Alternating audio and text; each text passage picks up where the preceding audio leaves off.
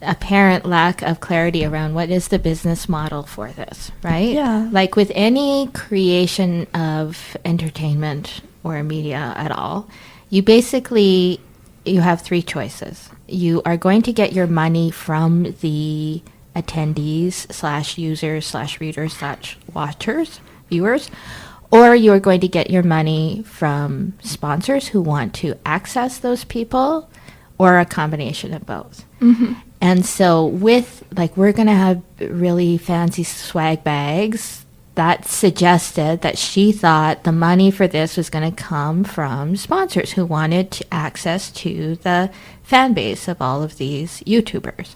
But if you're going to do that, you can't just say, hey, I'm Tana, we're putting on a convention, how much are you in for, right? Like people who have big bags of money to make a convention possible want reassurance that it's not going to reflect badly on their brand and that this is actually going to help them accomplish their business goals.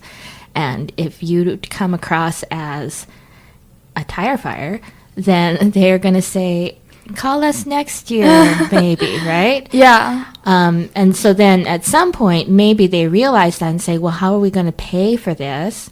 I know we're going to charge people $65 to come, and we'll just keep selling those tickets until, we can't sell them anymore, and we'll worry about the rest of it later, which kind of is a good problem to have, I guess, but also like hugely irresponsible. Yeah. So despite the disastrous results of her rebellion against the powers that be, Tana appears to have kind of held on to her guns.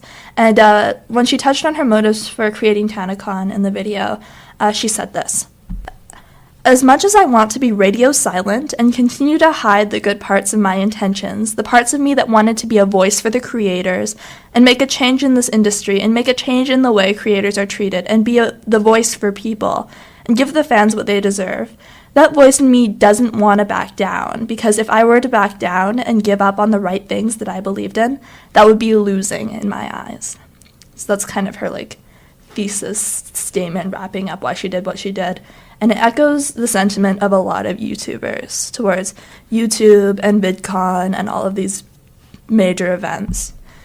But YouTube and VidCon are two separate things. And I don't understand why the anger at YouTube for changing the rules that pulls the rug out from underneath creators, I guess, is transferred to VidCon, which just seems like a reasonably well-organized convention for people who love YouTube. Well, the issue is they've been seen in a paralleling way of slighting creators and not caring about creators. And VidCon is also very closely partnered with YouTube. They have panels with actual YouTube staff. And on those panels, people from YouTube have said things that creators believe are false and have made statements like, your video, people aren't seeing your video on their subscription feed because you didn't make it public, when these creators know they made it public. So it's the idea of all these big institutions for influencers completely failing them.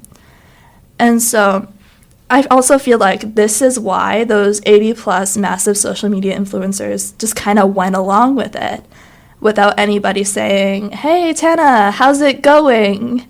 Are you doing okay? Right? It's not only 19-year-old newcomers like Tana who are bitter and naive.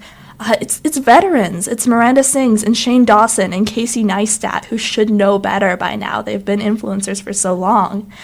And I think it has a lot to do with the deterioration of relationships between YouTube and VidCon and the creators. And that's something which has radically changed YouTube over the past year. So I think next time, this is a two-parter, we're going to cover the history of YouTube and the failure of this American dream of YouTube. And we'll be touching on things like copyright, algorithms, blacklisting, and a ton of other things as we discuss the place which shapes my generation's entertainment. Because the politics on YouTube are weird and unregulated and crazy. All right. Well, we'll say